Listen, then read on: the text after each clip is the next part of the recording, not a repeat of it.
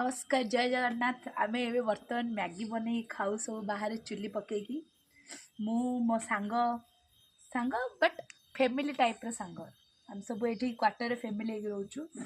तो आज टी इच्छा होची मैगी बन खाऊ बाहर चुली रे शीत भी पड़ी पूरा मस्त मस्त राजेश भाई भी आसी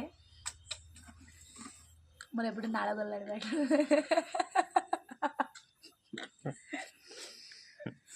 भाई जति वन कर देता देखो बर्तमान आम मसला मसला पड़ी पानी फुटला ये करेड़ा हल हल बर्तमान आम ये मैगी पकेबो देखिए आप एंजॉय कर खाइबो पानी पकई लगे नहीं बंद कर देखो फाइनाली आम मैगी करदे खाऊ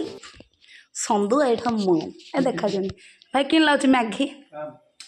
टेस्टी टेस्टी सुपर न खाई